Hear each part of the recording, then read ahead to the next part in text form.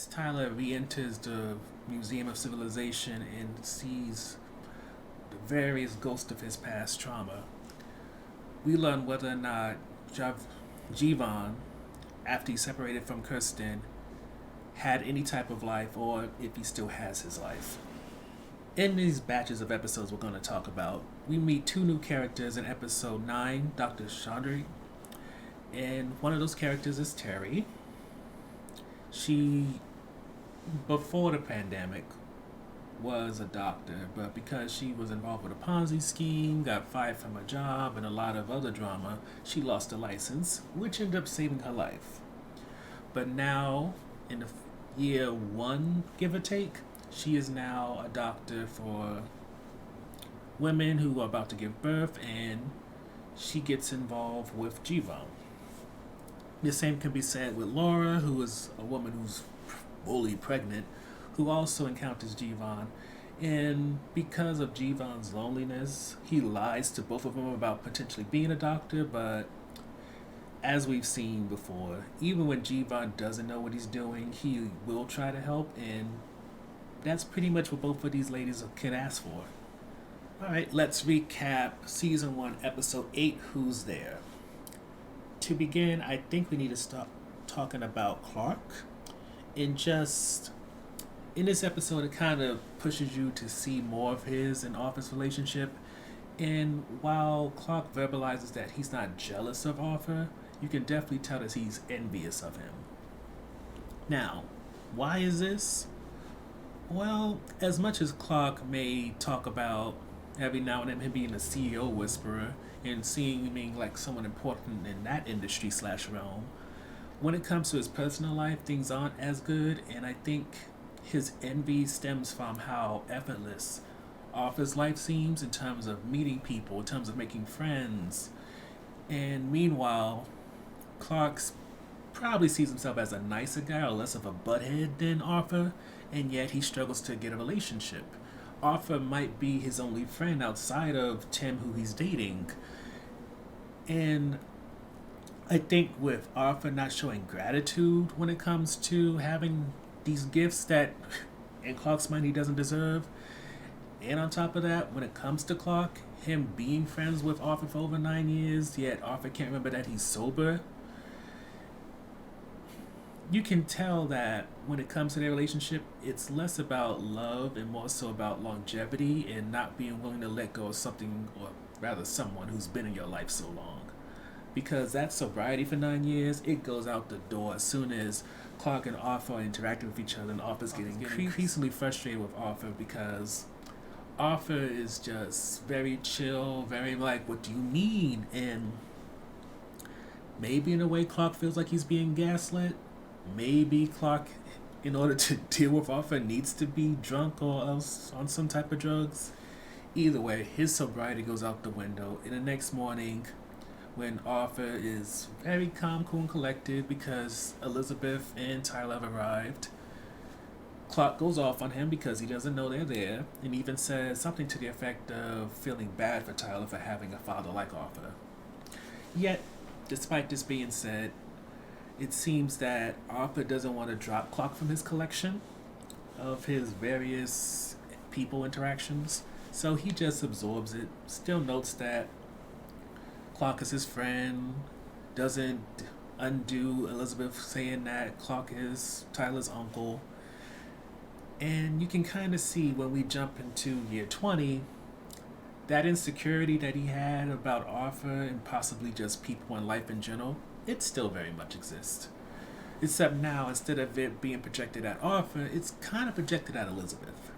For even though Elizabeth hasn't really recovered from her believing that Tyler's dead, you can see that Clark, even with him having Miles and all this history he has as the seemingly lead of the Museum of Civilization, there's still insecurity there. He brings in a karaoke machine. Elizabeth talks about, well, actually she's asked about being an actress. And when that attention is taken away from him, he gets very, I don't know why I want to say Parsippany, something like that. Weird word, but it came to my mind and it feels like it fits. So that's how he acts. And he even asks later on, do people even like him? Mind you, he's kept these people safe for 20 years to the point where they can have kids can go to school, he's keep history alive. He's done quite great things alongside Miles and Elizabeth. Yet he's still in his mindset of being very insecure for reasons that I could imagine maybe Elizabeth, because what is she doing besides, kind of being like everybody's mom in a way, or just a maternal figure to everyone? But with Clark, it's like you are the face of this whole thing.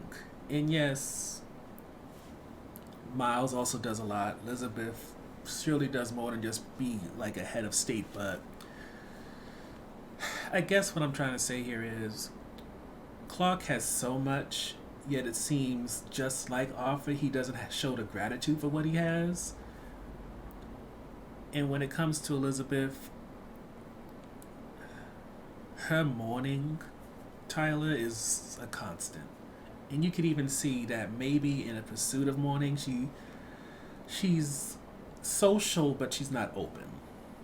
As just noted, Clark and Miles are officially a thing. They live together, sleep together, are intimate, and Clark has a full life.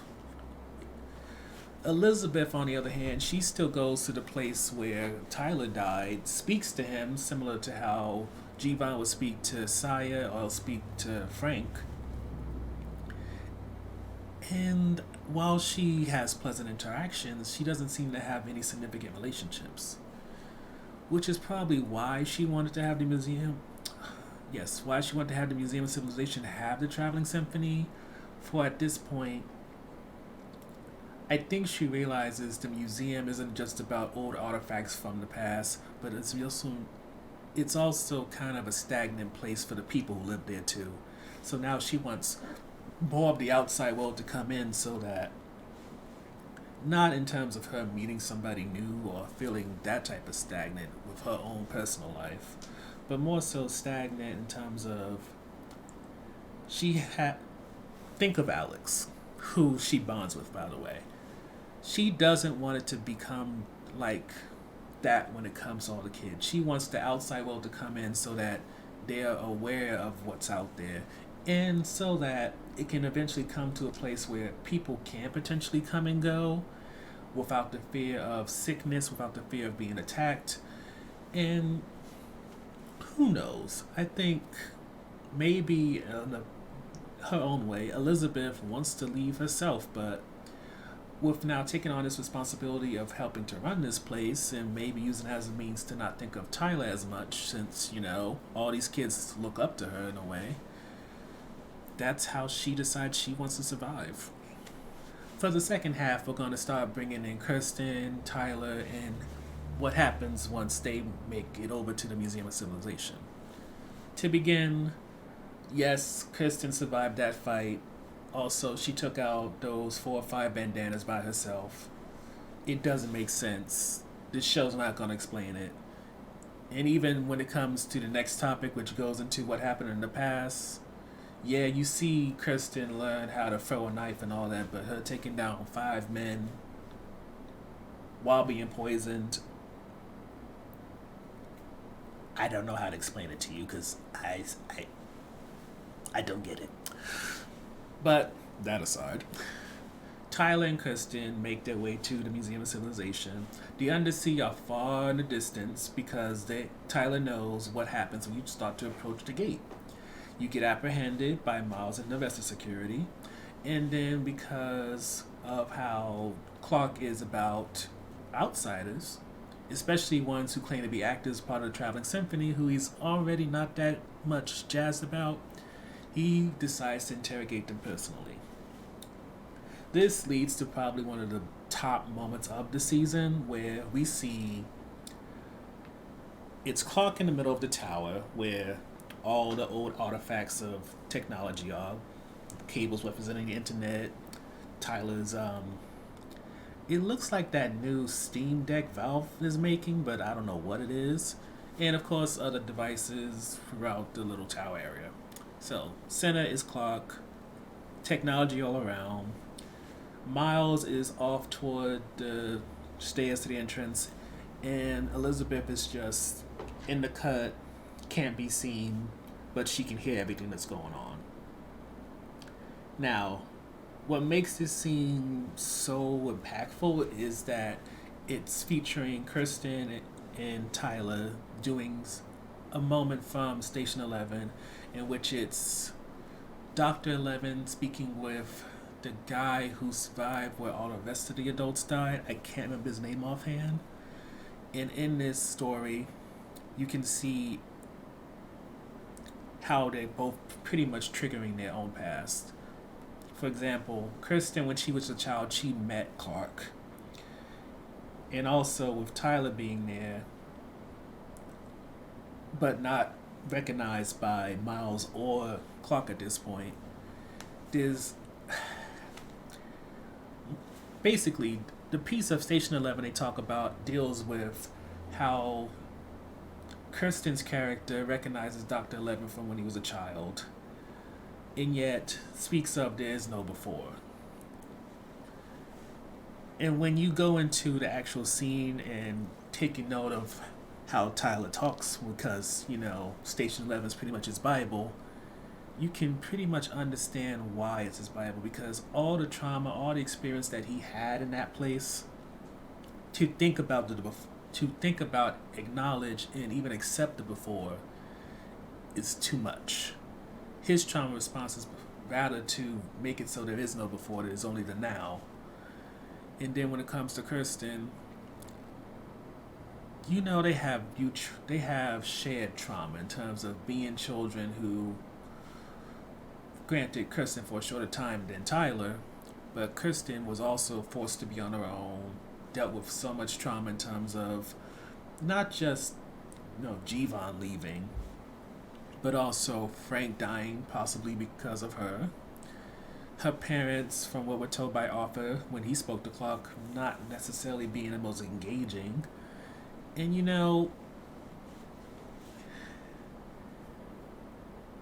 it's just, what I think I'm trying to say is, as much as you can imagine that this would mostly be something about Tyler and his grand return back home, Kirsten has her moments where you can definitely see that she is more than willing to play a supporting role to Tyler's situation, but there is no denying that she's still the star attraction. And even Clark recognizes this, which is probably why he's even more not fond of the Traveling Symphony, since he was pretty much expecting subpar performers. Yet between Kirsten and Tyler doing okay, and them doing Hamlet, his mind goes to, oh no, we can't have them perform this because it's going to inspire the kids to kill me. Because he sees himself as the king, and any of the kids as the potential ones who may kill him because, for whatever reason. Though, what he doesn't realize is, when it comes to Tyler, while he doesn't necessarily want to kill Clark, he does want to destroy everything Clark has built up. But before we get to that, Kirsten reunites with everybody in the Traveling Symphony. Alex is overwhelmed and pretty much grabs onto her and doesn't let her go as Kirsten makes sure to check on everybody. But it does seem that, just like how Alex was mesmerized by Tyler when we thought his name was David, she has now become mesmerized by Elizabeth, which really shows that Alex just wants to meet people from the outside world who have big personas, big personalities, or just a charisma that is different from the actors she's used to, especially different from her maternal figure in Kirsten. But that aside, as the nightfall comes, Tyler comes out and helps Kirsten go see Sarah, who had a heart attack and has pretty much been isolated from everybody else since, Clark is very paranoid about sickness getting in, doesn't know what's happening much about the outside world, so perhaps in his mind, even though Brian can come and go as he please apparently, the Traveling Symphony needs to be quarantined just because there could be a potential problem. I'm not gonna pretend there's logic when it comes to a lot of things that happen with Clark. Never mind Kirsten and that whole Fred bandana killing thing. I'll let it go. Anyway, so Kirsten and Tyler move up through out the jet runways up into the ceilings, and Kirsten gets to talk to Sarah, who is alive, but you can tell pretty much she's at that point where she's willing to let go. She's heartbroken because of Gil's death. She has done the Traveling Symphony tour about 19, going on 20 times, and she's tired. There's nothing new anymore. There's nothing fun about it anymore. It's just, as she said when she was writing, when we first met her, it's not getting easier. It's only getting harder, and I don't think she finds it fun to be alive anymore. So after Hamlet gets performed, it seems like she's aiming for that to be around the time she dies. Which, of course, Kirsten does not like to hear, but as Sarah says, Kirsten needs to get used to people saying goodbye. And at least in this case, as Terry will say when we talk about the next episode, it's better to have a goodbye than to just have things end because of a death.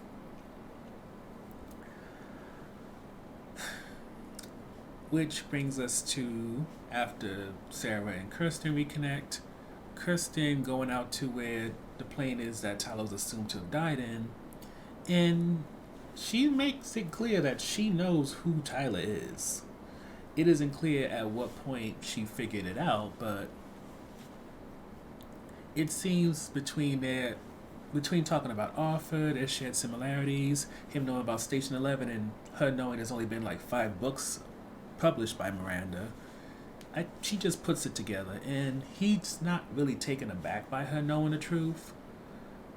Instead, I think with her knowing too much, that kind of is a sign for him that they have been together long enough, and he relieves her from being part of the undersea. And with that, Kirsten goes off back to the Traveling Symphony, and Tyler finds himself facing both Elizabeth and Clark because Alex was watching all this, and she reported to Elizabeth that people were going towards, Elizabeth's sort of sanctuary to her son. Now, early in that day, Miles pretty much figured that it could be Tyler, told this to Elizabeth, told this to Clark. Both are kind of iff about it, but Elizabeth is happy to see her son. Clark, on the other hand, because of his history with Tyler, things get very volatile very quickly, so they're not in a good place. And pretty much it all ends with Tyler deciding to set a flame to their little memorial to, well, for Elizabeth, it's probably more so a memorial to him, but the way Clark has it set up, it's a memorial to the people who stayed on that plane and died. So, because that's a lie, Tyler decides to set that on fire, this little memorial, and he decides to blow up the Museum of Civilization. Doing so leads to Brian, who comes out of nowhere, knocking out Tyler, but what Brian, Clark, and Elizabeth doesn't know is that fire at the tower is considered a signal to the undersea, who are now making their way towards the Museum of Civilization. What is their goal? What is their plan? Is it going to be a similar situation to Gil and Paintree, where because Tyler's not operational, that means they're going to go rogue and do as the undersea do? In terms of, based off of my understanding of Station 11, they have a rebel leader and they start going berserk. It's not clear what could happen, but it doesn't look good for the adults. Episode 9 covers the end of Jeevan and Kirsten's time together, and even though they only really were together for a little more than a year, maybe less than a year, it seemed like it was time. For Kirsten, as much as she is a child who, by the end of the episode, is 9 years old, you can see that she's strangely outgrown Jeevan. Jeevan wants to be protected, he wants to be helpful, but it seems when it comes to him, he's good at doing that short term. He's not necessarily good at doing it long term. In fact, Kirsten kind of jokes with Jeevan that his nickname is Leaving Jeevan, or G, which is something that Frank gave him the nickname of, and Kirsten decided to keep it since Jeevan is keep talking about, even after they find that cabin we saw them in, that they need to leave, that they need to keep going. And as much as with Frank's death, we see that he's not wrong in terms of being worried about their safety. Kirsten is at this point where I don't know if it's because she wants stability, consistency, or is comfortable and that's why she doesn't want to leave, but she doesn't take well to Jeevan not wanting to stay and at least try to make this place work. So it seems in order to kind of build herself up, she started to use the knife that killed Frank in order to learn how to throw it properly. Whether or not it was Jeevan that taught her, maybe Frank talked about it, else maybe her parents taught her to use a gun. She's the one doing the hunting mainly. And not to make it seem like Jeevan's not doing nothing. He's skinning the animals. He's the one trying to cure the meat and stuff like that. But it's clear that even though there is some kind of balance to their lives, their personalities are clashing to the point where it's just not going to work. In fact, one of the reasons why Jeevan probably is okay with losing Kirsten at a certain point is that when he was supposed to be going into a house to check it out, find food, medicine, technology, whatever, instead of watching his back with the rifle, Kirsten instead is leaving Station 11 for the umpteenth time, and he gets attacked by Laura, who at the time was just trying to get Jeevan to kidnap him because Jeevan, one of the reasons why Jeevan wants to leave is because he wants to be part of a society of civilization, because the responsibility of taking care of Kirsten on his own is starting to get trying on him. And while talking to Sia in his head used to do something, or even talking to a manifestation of Frank is kind of helping, it's not adding up to where it needs to be. So when it comes to Laura attacking him, it's pretty much like, I won't say it's the final straw, but it's definitely the sign that things are only going to get worse between them from here. And to really just put icing on top of that, the first chance that Jeevan gets, he doesn't snatch. He takes the Station 11 book and throws it to the side so that it can no longer be an issue between them, since the way that it seems when it comes to Jeevan, he sees that book as a bit of a barrier between him and Kirsten actually interacting, talking, and maybe getting to know each other further, because the book is her obsession.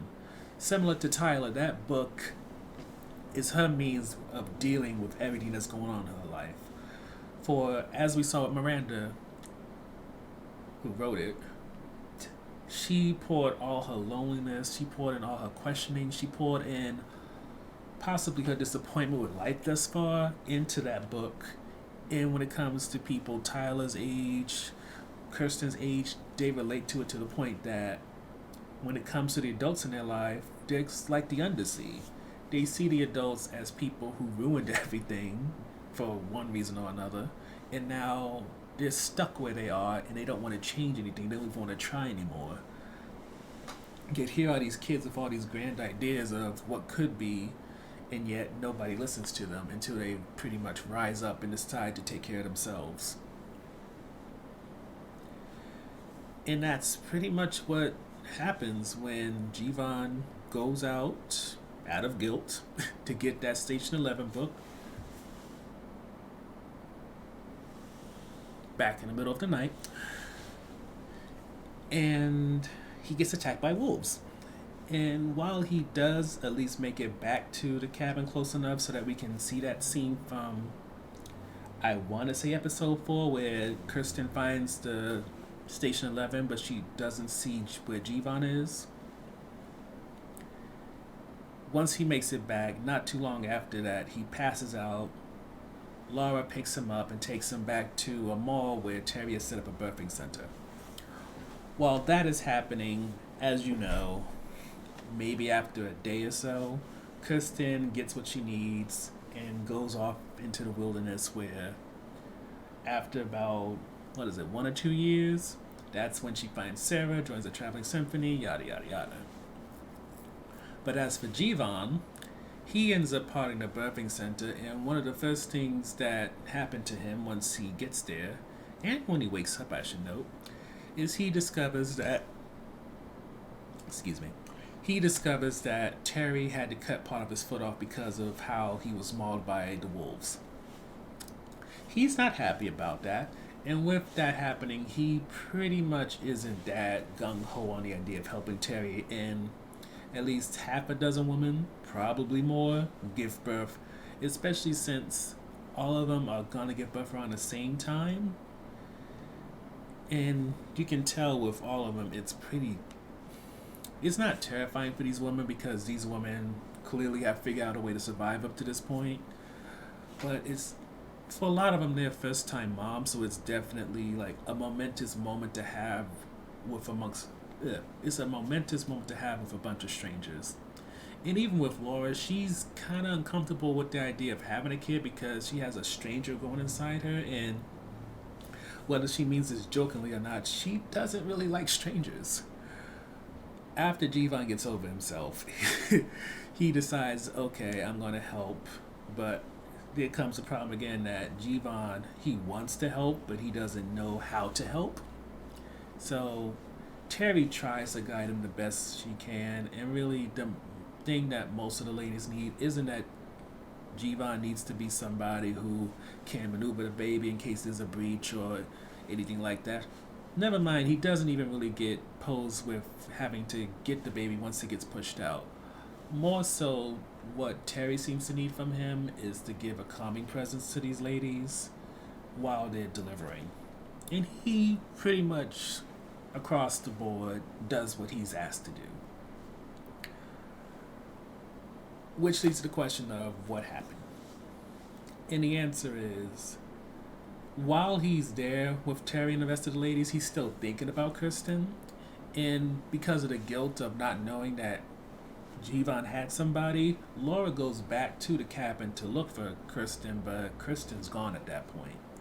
And then once all the ladies give birth, she goes with Jeevan again to check for Kirsten, and all that Jeevan sees is a coin, or not a coin, a compass to let, him know that Kirsten should be okay. And with that, strangely enough, Jeevan just kind of puts his hands up and lives out his life with Laura. And it seems between living his life out with Laura, including having children with her, and possibly getting trained by Terry to be a doctor, that's what he does with his life. In year 20, he's a father of at least one daughter, maybe a son, and of course it's helping to raise Laura's son from whatever situation she was in. And every now and then, he's a traveling doctor doing, I don't know if he's just helping women give birth, so maybe he's on his way to St. Deborah, or if he's just somebody that does or maybe he's just someone who's a general practitioner. It isn't exactly clear, just as much as in terms of questions that can be left unanswered, considering Terry's situation where it seems women know that's a place to give birth, could that potentially be where Alex came from? Or am I wrong? Never mind. In year 20, does that place still exist? Considering with the red bandanas, making a comeback in the area, taking over a mall with nice bedding and who knows what else in there probably seemed like a good idea. So alongside the questions that we just brought up, one more question I think we have to ask is, while we understand how Kirsten became proficient in knife throwing and guns, and how that kept her alive, how did Tyler survive? Because we see Tyler meet Terry and Jeevan in the past with no signs of any kind of weapons, and he seems like he's a nomad. So how did that 9-year-old survive for, 10 years before he started the Undersea? What exactly was he doing? Because I don't know about you, but with the way the world seems, with the red bandanas and everything like that, I can't imagine most people seeing a child approach them and still thinking we need to help them, rather than thinking this person may try to shank me. The first highlight is the destined bond between Kirsten and Tyler. I think as we've seen thus far, their storylines mirror each other in multiple ways, and through their connection with Arthur, you can see where they split apart. When it comes to Kirsten, through Arthur, through Jeevan, she got a sense of having that parent, having that father figure that was loving but flawed. And I think at this point in year 20, she's learned to accept those flaws and just love the person as a whole. Tyler, on the other hand, when it comes to Elizabeth, when it comes to Clark, when it comes to Arthur, he never got past those flaws. And I think instead he doubled down on what those flaws were. And I think, like a lot of people, when it comes to the trauma and experience that you have with your parents, you pretty much go one or two ways. Either you end up embracing who they were as a whole person and perhaps becoming parts of them, or you utterly try to reject them, and then in the process of trying to be the complete opposite of them, you never realize that as you try to take a left and like go around who they are, you just end up doing a full 360, becoming right back where you were, facing them. And with them at that point long gone, it's not them you're looking at, but you're facing the mirror with all the same stuff that you would have went through if you just learned to embrace who they were. Because the way that it appears to me, based on how Clark talks to Arthur, and how, of course, we've seen Tyler in the past, Tyler is somebody who has charisma. Tyler is somebody who doesn't have to work too hard to attract people and convince them of what he thinks and what he feels. Hence how he has the Undersea. And you could also argue that the Undersea are children, but let's not forget what's shown Kirsten. Kirsten is somebody who definitely seemed very childlike when we first met them, yet look at how she was within 1 or 2 years after meeting Jeevan. She outgrew him, learned how to defend herself, learned how to hunt, and pretty much was able to live on her own for, 1 or 2 years? And granted, she had like crazy looking hair and all that, but otherwise, she didn't have marks on her. She thus far hasn't spoken about any type of trauma that happened when she was on her own. And even with Tyler, he mentioned, for the first 10 years, he was alone, and yet look at him. 10 years alone, found an Undersea at year 10, and, he's done well. And getting back to the point, I would say, keeping with the whole mirror theme, one of the things I think that really show why these two are destined is that they see each other in that mirror. In the scene where they was working in a tower, you can say that individually they was working out their own stuff and perhaps recognizing how much they shared. As, Kirsten was facing with Clark and having her past triggered, and Tyler was sitting there with his past triggered because he's back in what was perhaps the last place he called home. And I think when they got to that plane where the sick were, they found themselves confronting how much they look alike, how much they seem alike. And I think when it comes to Kirsten, she appreciated that and she wanted that, because at this point, who could mirror her experience? Hell, with her believing that Jeevan is dead, who knows her experience? And then with Tyler, I think in a way he was scared of that, because Kirsten, I believe, has embraced all of who she is and the influence that made her who she is, but Tyler's still very much afraid of that. He's afraid of embracing his father in terms of father's charisma and all that it destroyed. He's afraid of embracing his mother's distance when it comes to people. And he's even afraid of Clark's influence in terms of doing what seems to be right at the time, only to, in the long run, do something that is essentially far from justice and it's just cruel.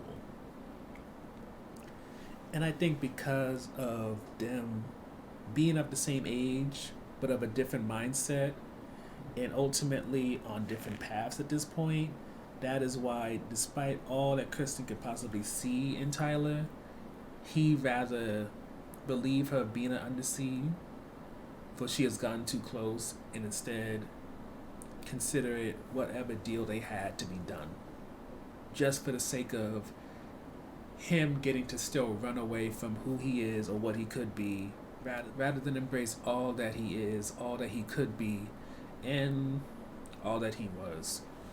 The second highlight is Jeevan's status finally being known, and I would even add on to that, not only Jeevan's status being known, but feeling like he finally found his place.